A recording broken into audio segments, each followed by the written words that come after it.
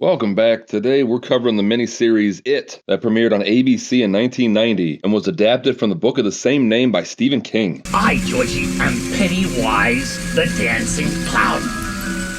You are Georgie. So now we know each other. And for those of you that weren't around, this was a pretty big deal. Like, miniseries in general were a pretty big deal. But I remember everyone was talking about It. And I know that in recent years it's become cliche to have a fear of clowns. And everyone's all like, oh, you're just saying you're afraid of clowns to fit in. No, dipshit. We're all saying we're afraid of clowns because we saw this movie when we were 8. Tim Curry plays Pennywise the dancing clown, and he gets so freaking consumed by this role that I honestly thought it was just a different actor named Tim Curry. Won't do any good to run, girly boy.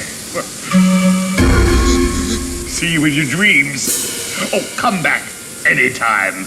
Bring your friends. I just could not wrap my mind around the fact that this was the same guy from Clue. But there is one scene that for some reason freaked me out more than any dancing clown. And we will get to that. But first, It takes place in Derry, Maine. And Derry is experiencing a rash of child murders and abductions. And local librarian Mike Hanlon is struggling to get the police to take it seriously. Mike realizes that evil has come to Derry again, and he needs to round up all of his friends from childhood that helped stop it the first time. And first is horror author Will Denbrough, who overcame a debilitating stutter as a child, and he's working on his latest novel. And in a fun little meta Easter egg, Bill is writing the Stephen King classic, The Spookening. Taggart steps onto the moors as the fog curls around his ankles. He shivers, buttons his coat, and walks on, disappearing into the mist. And then she walked into a graveyard. Oh, it was the spookiest graveyard you ever did see. Yeah. And Bill is married to famous actress Audra Denbrough, played by Olivia Hussey, who you'll recognize from my Black Christmas breakdown. Hello? Pardon? Who? Hello? Hello? Hello? Hello? A bit much. Let's tone it down. Hello? Oh my God. Can someone come please help her? Hello? Hello? Yes, hello? Oh my God, Jess, you don't have to ask hello. You made the call. Hello? Hello, is Jess there, please? Yeah, wait a second, Peter. Jess, it's for you. It's him. Oh, and it was for Jess. She might have been able to handle that call. And it would have been good practice for future phone calls. Bill, is that you? Sorry, fella, do I know you? This is Mike Hanlon, Bill, from Derry. Bill, it's back. The McRib? I'm sorry, that may have crossed the line. To anyone who has a stutter, I am not trying to make light of it. I just wanted to make a McRib joke, and then that's what came out. I apologize. And Mike tells Bill that he found a photo of Bill's younger brother Georgie at the crime scene, and Bill flashes back to the day Georgie was killed. And in an amazing bit of casting, they got Jonathan Brandis to play young Bill to Richard Thomas's adult Bill. Like, no notes. That is just superb. I do question the ponytail, though. That's pretty stupid. I don't like it. And so Bill is sick in bed, and he makes a paper boat for Georgie to go play with in the street. But his boat goes down a storm drain, and he meets Pennywise the dancing clown. Don't you want a balloon?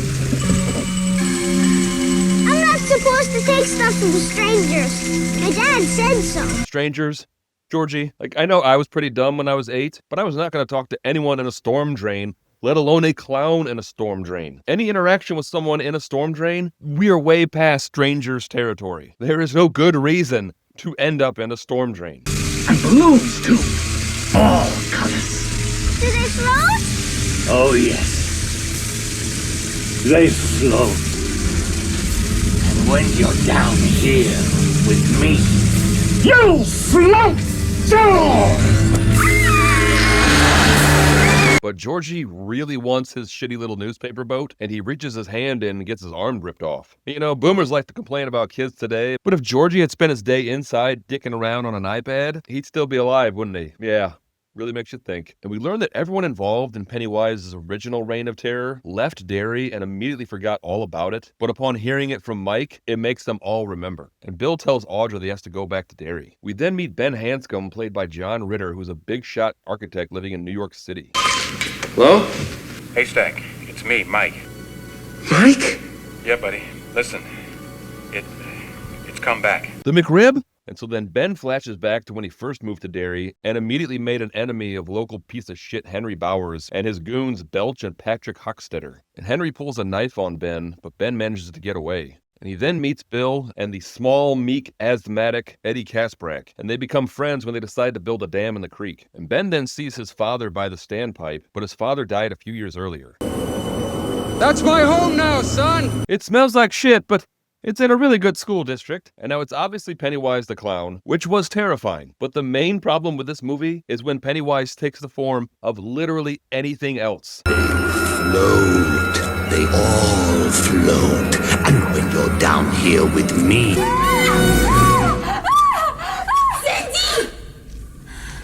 This is a skeleton! This is bones! And we meet Beverly Marsh, who is a hotshot fashion designer, played by Annette O'Toole. And when Beverly was a child, she was abused by her piece of shit father. And now as an adult, she's abused by her piece of shit husband, Tom, who doesn't allow her to take phone calls. Bev, someone calling from Maine. Says it's important.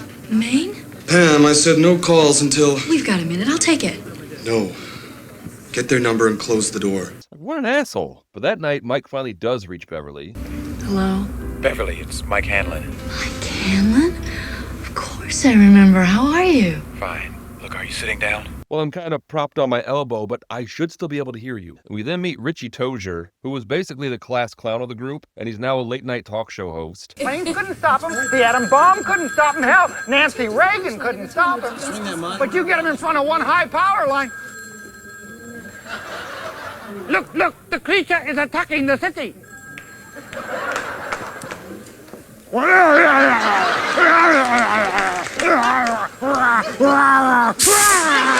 And the movie says that he's successful and hilarious, and I guess we can suspend some disbelief for the sake of the story. He then calls Stan Uris, who was the Boy Scout of the group. Oh really? It's that time of the year already.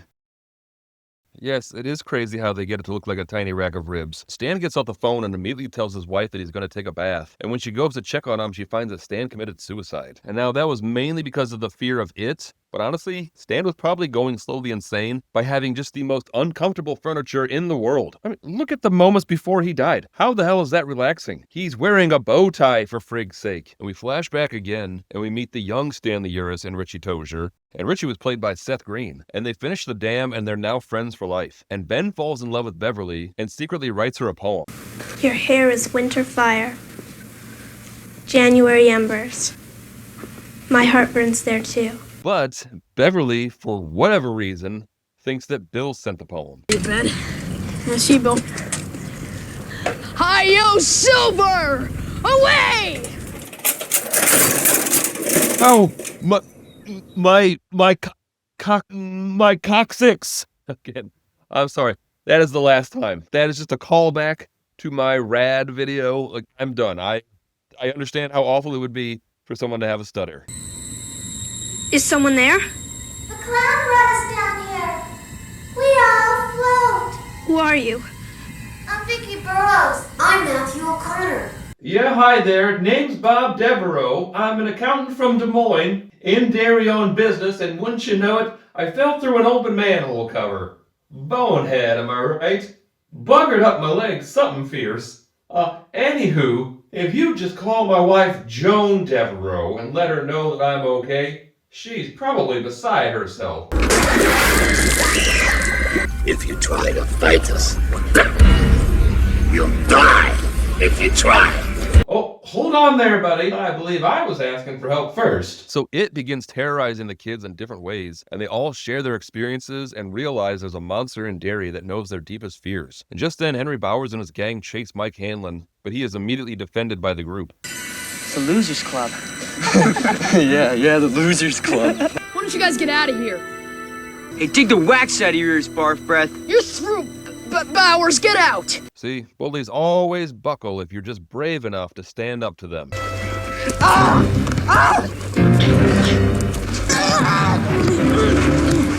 Oh, and it also helps if you just beat the living out of them with rocks. That's actually probably better than the first one. And so then they all adopt the name the Losers Club, and they figure out that it has been terrorizing Derry for at least 200 years, and they vow to stop it once and for all. And they go to the sewers for the final showdown, but they're followed there by Henry Bowers and his gang. Where are they going? Down in the sewer, stupid. Yeah. And guess what? They're not coming back out? And this is why bullies suck so much. Like, they have no lives. Get a hobby, you dopey pieces of shit. It's like when my bully, Jake Springer, followed me to my water aerobics class at the senior center, took pictures and posted them up all over school with the caption, "Look at these old bitches." Well, you see, Jake, I had untreated hip dysplasia, and that was the only water aerobics class that was offered in our area. But in an ironic twist of fate, Jake Springer was the last victim of a serial killer clown in our town named Tainty. Now, Tainty was a copycat of John Wayne Gacy, and in Tainty's police interview, he made a point to tell the police that Jake cried like a little baby, and that Jake had the tiniest penis he'd ever seen. Don't know why that was added to the record, but there you go. Rest in piss, Jake. So Henry and Belch grab Stan, but fortunately for Stan, it hates bullies as much as the rest of us, and we finally get to the scene that for some reason really messed me up as a kid.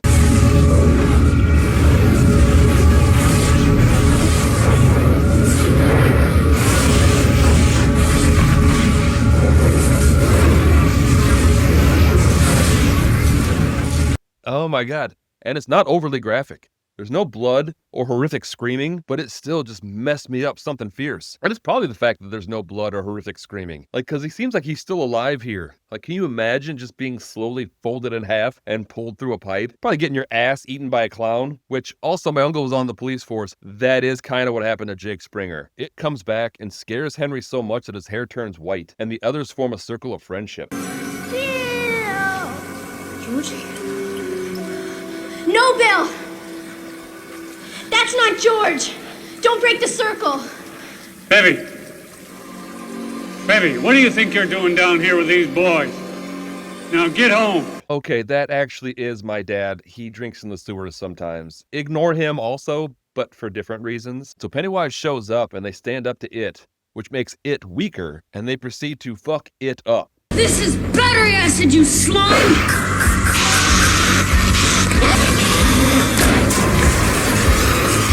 And they all swear to return if it ever comes back.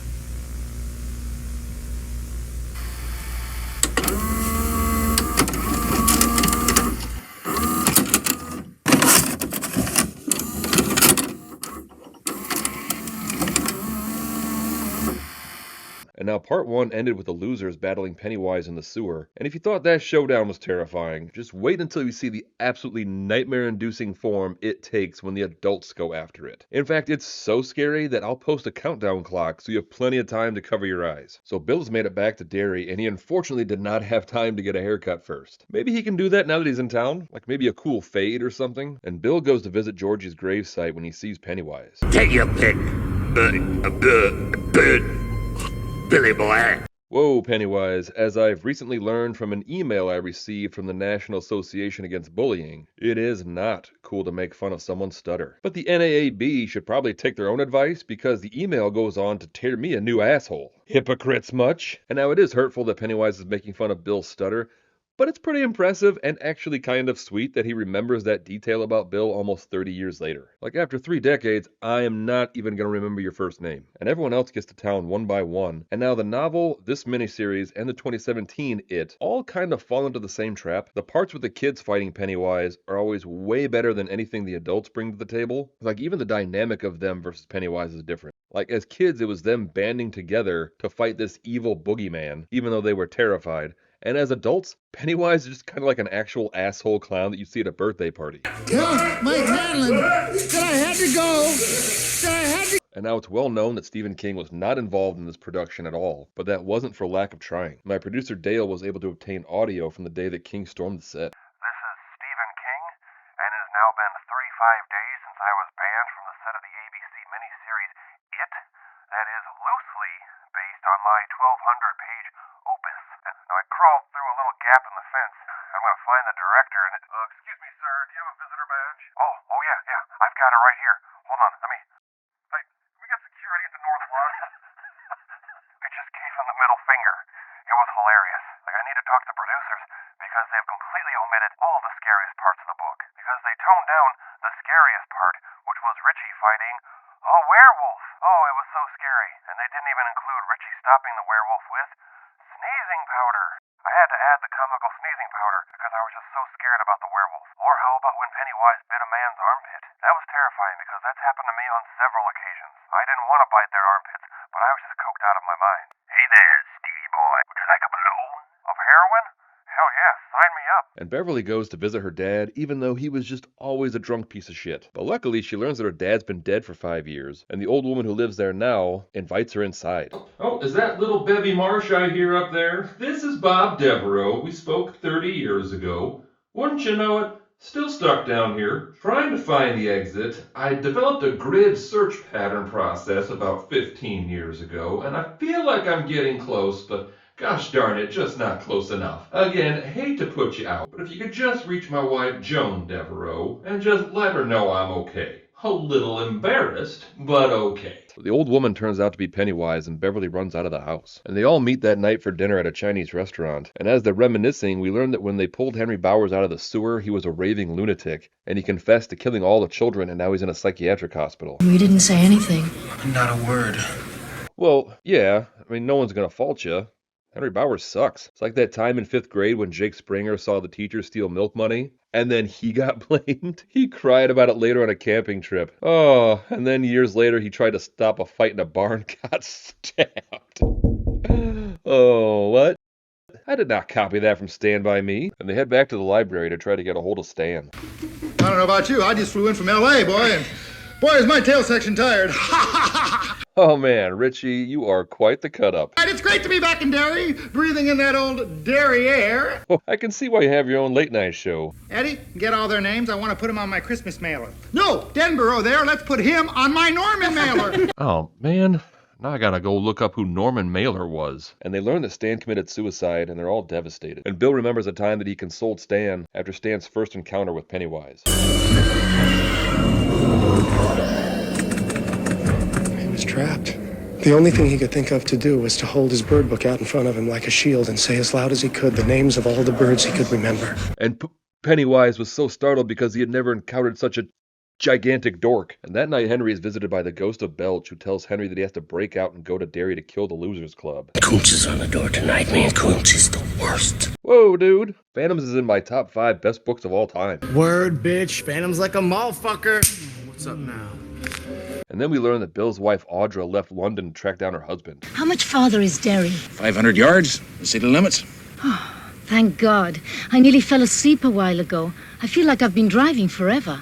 Yeah, that big stretch over the Atlantic is a real bitch to drive. And Mike tells them that it emerges every 30 years and causes death and destruction. Well, that when we came together as young people, we were all losers. 6 of you left Derry and became unusually successful. Leaving you here holding the bag. Yeah, I work at a library, drive a 68 LeBaron, and I colored these patches on my jacket with a marker. Mike goes upstairs and gets stabbed by Henry Bowers, who himself dies during the struggle, and they rush Mike to the hospital. Mike's gonna be okay. Can we see him?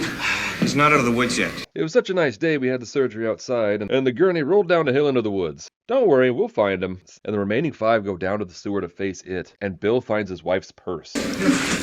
My fault.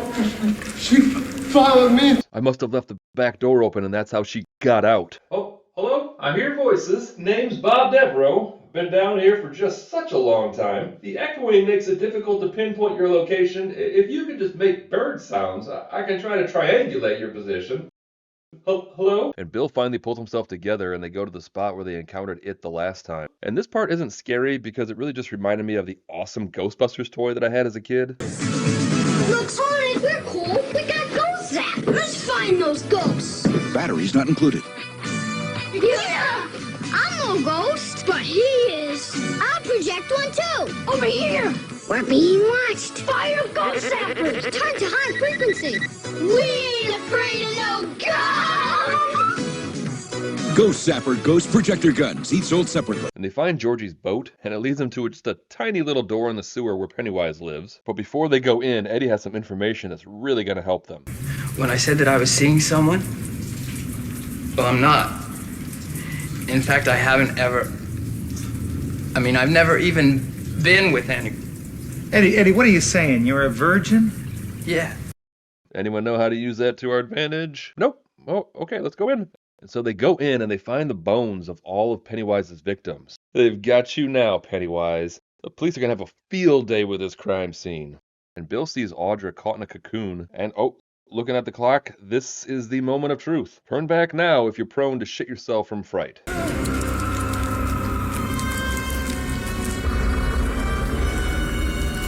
So the giant spider shows up, and they all get caught in the deadlights. I believe in Santa Claus. I believe in the Easter Bunny. I believe in the Tooth Fairy. God, Eddie is just offering up so many embarrassing facts about himself, completely unprompted. And the spider grabs Eddie, and Beverly shoots it with the silver earrings, and the spider scurries away. Nice shot, Bev. Don't you talk. Don't talk. Did I ever tell you that I poop facing the back of the toilet? I used the tank lid as a table to hold my bowl of soup. Oh God, Eddie, stop. And they chase down the spider and just rip it to pieces because it's a spider, and they emerge from the sewer.